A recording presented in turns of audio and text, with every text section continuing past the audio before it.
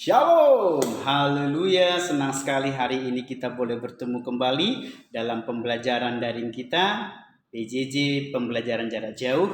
Bapak yakin semua tetap semangat, tetap bergairah karena kita punya Roh Kudus yang luar biasa yang membuat kita tampil menjadi pemenang, bahkan lebih dari seorang pemenang. Dan hari ini Bapak yakin semua siap belajar, mari siapkan hatimu dan kita bersatu dalam doa.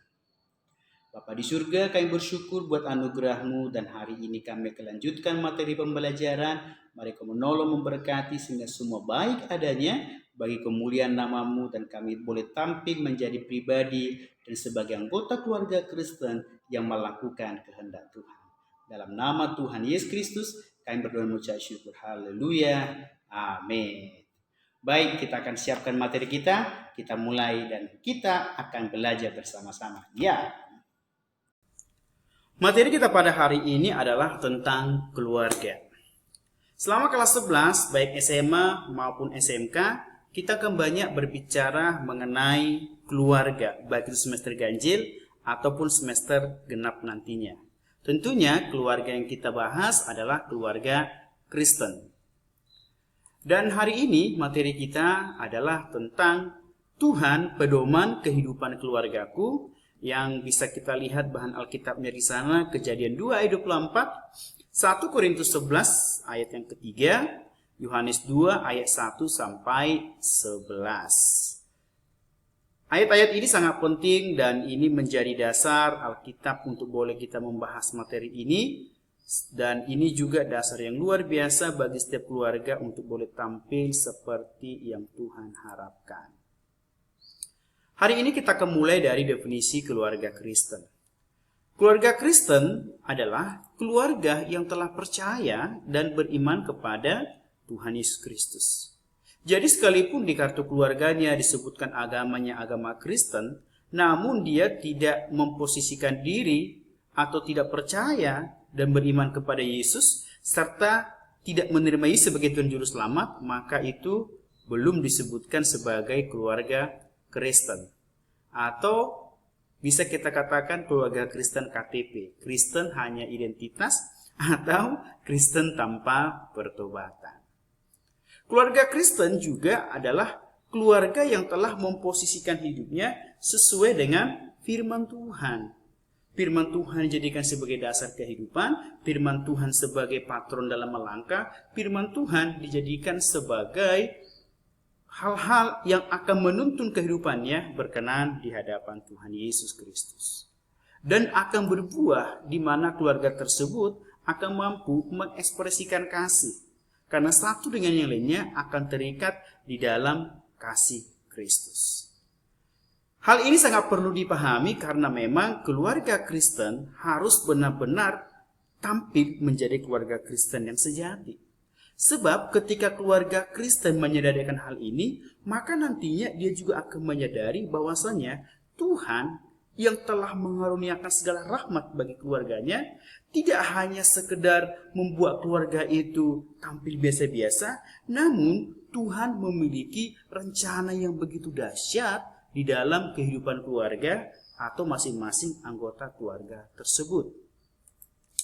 Kalau kita melihat dari BKKBN, di sana disebutkan ada 8 fungsi keluarga. Ada fungsi agama, fungsi sosial budaya, fungsi cinta dan kasih sayang, fungsi perlindungan, fungsi reproduksi, fungsi sosial dan pendidikan, fungsi ekonomi, fungsi lingkungan.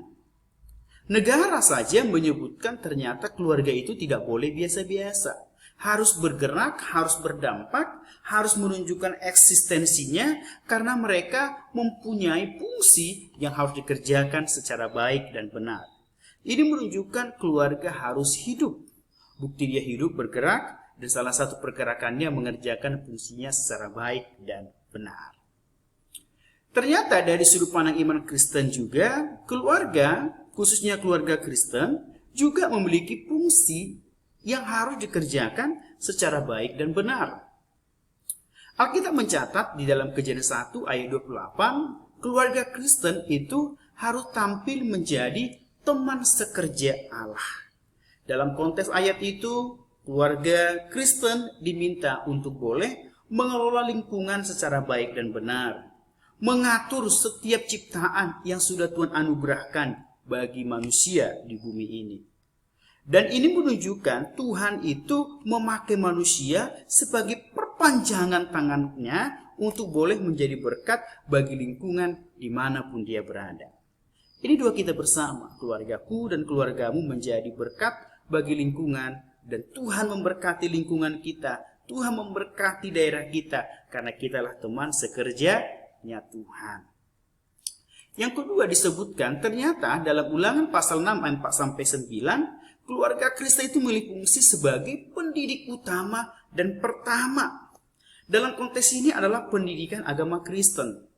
Untuk seorang anak mengenal siapa Tuhannya dan hidup menurut standar Tuhan Yesus berdasarkan firman Allah, guru pertama itu dimulai dari keluarga.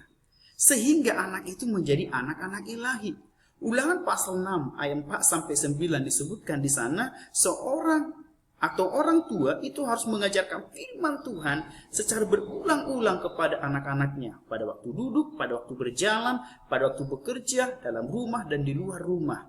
Sehingga anaknya menjadi anak ilahi yang melakukan kehendak Allah dimanapun dia berada.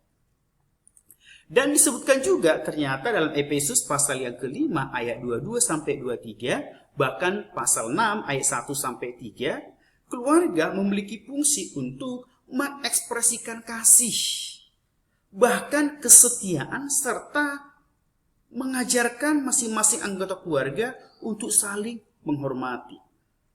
Keluarga merupakan tempat yang luar biasa untuk mencerminkan kasih Allah.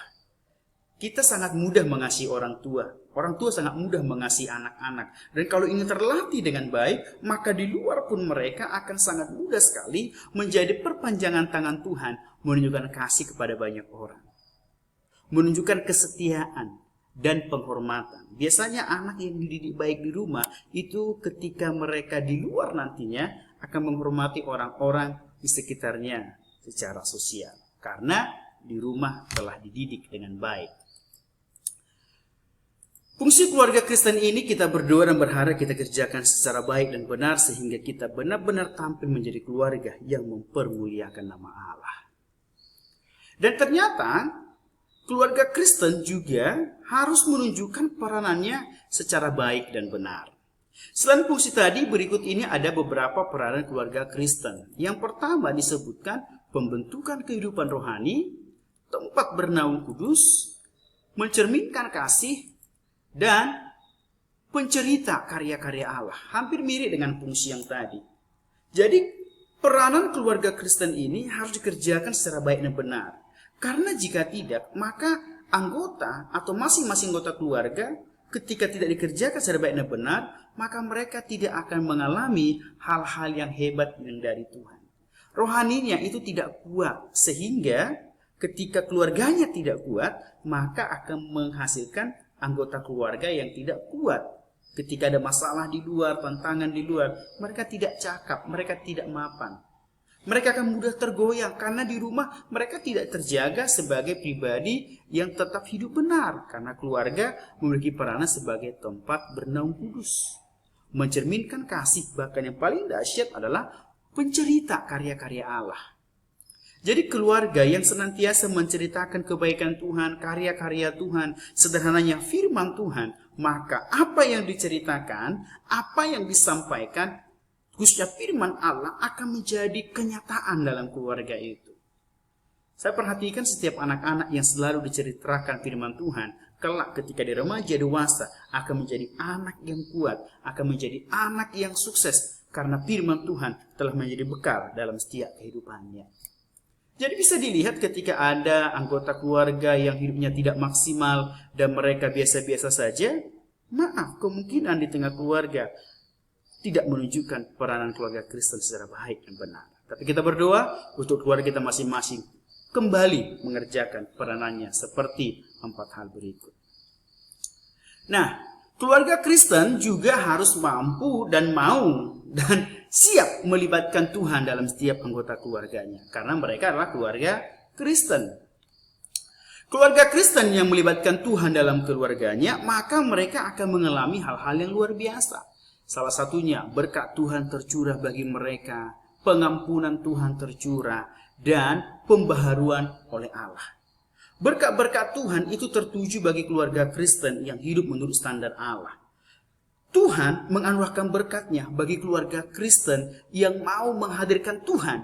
Ketika Tuhan hadir dalam keluarganya, di sana ada damai, di sana ada salom, dan ke sana berkat-berkat Tuhan dicurahkan. Keluarga Kristen atau keluarga secara biasa menjalani hari-hari kehidupannya itu tidak mudah. Banyak tantangan, banyak persoalan, membuat kita lemah atau mungkin menyimpang dari firman Allah. Tapi kalau kita berjalan terus dalam firman Tuhan, maka Tuhan itu akan menunjukkan karyanya dan selalu menunjukkan pengampunannya karena kita selalu datang, melibatkan Tuhan, mengadu dan melapor. Dan pengampunan terjadi bagi kita dan kita pun dari hari ke hari akan terus mengalami pembaharuan yang bersumber dari Allah. Sehingga keluarga Kristen hari pertama, hari kedua, hari ketiga, minggu pertama, setiap bulan, setiap tahun, semakin hari akan semakin dahsyat, semakin hari semakin diberkati, semakin kuat. Karena kenapa? Mengalami pembaharuan yang bersumber dari Tuhan. Untuk boleh meneguhkan kita bahwasanya Tuhan adalah pedoman kehidupan keluarga kita, Kejadian 2 ayat 24 berkata, di sana disebutkan ada landasan keluarga Kristen. Kalau kita baca ayat ini, maka ditegaskan bahwa keluarga Kristen yang benar-benar mendasarkan hidupnya, keluarganya dalam firman Allah dan berjalan ke hadapan Tuhan, maka mereka akan tampil menjadi pribadi yang bertanggung jawab. Karena ketika keluarga Kristen atau pribadi memasuki keluarga Kristen, mereka boleh tampil, mereka boleh memasuki keluarga, tentunya harus menjadi pribadi yang bertanggung jawab. Bertanggung jawab kepada istri, bertanggung jawab kepada anak-anak. Demikian kebalikannya, istri juga bertanggung jawab kepada suami, anak-anak, dan anak-anak taat kepada orang tua. Di dalam keluarga Kristen tidak mengenal namanya perceraian. Dan tidak mengenal namanya pihak ketiga atau selingkuh, pelakor, atau apapun namanya. Setia sampai mati hanya boleh diceraikan oleh kematian. Dan kalau sudah berani masuk dalam keluarga Kristen, harus bertanggung jawab, tidak mengenal perceraian, tidak mengenal pihak ketiga. Dengan kata lain, pernikahan Kristen adalah pernikahan yang monogami. Di dalam menjalani hari-hari kehidupan, banyak sekali tantangan atau pergumulan. Namun Yohanes 2 ayat 1-24 menegaskan bahwasanya akan ada pembelaan Tuhan bagi keluarga Kristen. Kisah ini adalah kisah Yohanes pasal 2 ayat 1-24, kisah tentang pernikahan di Kana. Ada pernikahan di Kana, Yesus diundang di sana, dan ketika Yesus diundang, Tuhan gak pernah diam. Sekalipun waktu itu belum waktunya Tuhan menunjukkan mujizat.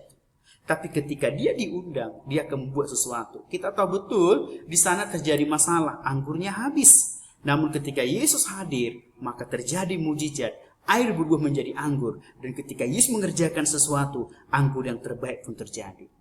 Keluarga-keluarga Kristen akan mengalami pertolongan Tuhan jika mereka tetap melandaskannya dalam firman Allah. Dan pembelaan Tuhan akan nyata bagi mereka. Dan ketika Tuhan dihadirkan, diminta untuk berkarya, maka setiap masalah pergumulan boleh terjadi. Namun jalan keluar ada di dalam Tuhan Yesus Kristus. Jadi hari ini saya mau sampaikan, keluarga Kristen merupakan keluarga yang mencerminkan kehidupan dan harus dilandasi oleh kasih dan sikap takut akan Tuhan. Keluarga Kristen berperan sebagai pusat pembentukan kepribadian anggota keluarga secara menyeluruh, holistik. Bahkan keluarga Kristen yang menjadikan Yesus sebagai pedoman di dalam kehidupannya, bahkan sebagai kepala keluarga, berarti menjadikan seluruh ajaran Yesus dalam firman-Nya sebagai acuan untuk hidup berkeluarga yang akan membawa kesaksian bagi masyarakat. Sehingga keluarga kita sebagai keluarga Kristen senantiasa mempermuliakan nama Tuhan, akan menjadi berkat terang bagi sekeliling kita. Dan tentunya kita pun akan diberkati di dalamnya. Tetap andalkan Tuhan, berjalan bersama dengan Dia, dan kita akan mengalami pertolongan dan berkat-berkat Tuhan dalam setiap kehidupan kita. Ya, demikian materi kita pada hari ini. Bapak berharap semuanya boleh memahami dengan baik. Jika ada hal-hal yang kurang atau mungkin perlu didiskusikan, bisa ditanya atau bisa di-chat sehingga kita bisa menemukan kebenaran yang akan memberkati kita dan kita tampil menjadi pribadi atau anggota keluarga Kristen yang selalu mempermuliakan nama Tuhan, berkat bagi banyak orang dan percaya kita pun akan diberkati di dalamnya. Demikian materi kita pada hari ini. Tuhan Yesus memberkati dan sampai bertemu dalam pembelajaran daring di pertemuan selanjutnya. Shalom, haleluya.